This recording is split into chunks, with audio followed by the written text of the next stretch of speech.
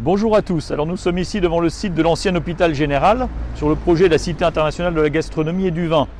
Comme vous pouvez le constater, les constructions avancent à un rythme soutenu et les élus municipaux ont été invités aujourd'hui à visiter ce chantier. À cette occasion, je voudrais exprimer 3 points d'attention par rapport à ce projet.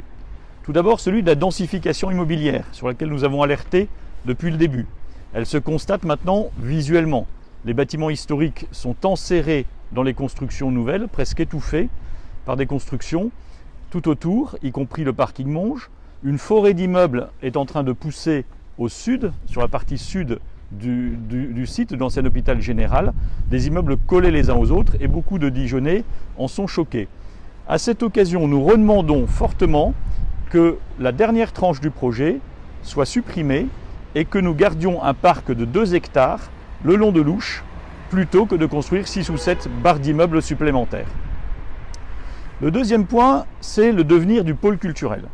Nous demandons que la collectivité redevienne propriétaire de l'ensemble du pôle culturel, y compris la chapelle des climats, car il est aberrant qu'une association créée de toutes pièces en soit propriétaire avec un financement entièrement apporté par les fonds publics. D'autant plus qu'aujourd'hui nous pouvons nous poser des questions et des interrogations sur le devenir de ce pôle culturel. Et quand on voit effectivement que le projet de Lyon a fermé au bout de 9 mois, il est clair qu'il faut être très prudent par rapport à l'avenir et à la suite des événements.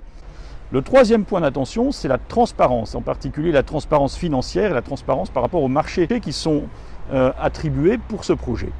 Vous savez que le coût pour le contribuable local est élevé. Ça devait être 0 et ce sera plus de 30 millions d'euros. Dans ce contexte, nous souhaitons savoir exactement comment l'argent est employé. Et dans ce cadre, le concessionnaire, comme tous les autres concessionnaires des projets sur la ville et la métropole, doit rendre des comptes par un rapport annuel à la collectivité qui est présenté dans les assemblées, au conseil municipal de Dijon, au cas d'espèce. Et nous attendons aujourd'hui que ce rapport nous soit présenté le plus vite possible, parce que aucun compte-rendu n'a été fait depuis le début de ce projet. Nous avons demandé au maire de Dijon qu'il soit inscrit à l'ordre du jour du prochain conseil municipal. Nous verrons d'ailleurs à cette occasion quelle est réellement la part des entreprises locales dans l'ensemble de ce chantier. Voilà 3 points d'attention forts pour nous et que nous souhaitons exprimer de manière constructive, en particulier ce projet de parc le long de l'Ouche qui serait un espace de respiration dans le sud dijonnais qui est en train de se densifier à grande vitesse et à outrance à nos yeux. Et donc nous mettons ces propositions sur la table en espérant que nous puissions en débattre le plus vite possible avec la municipalité.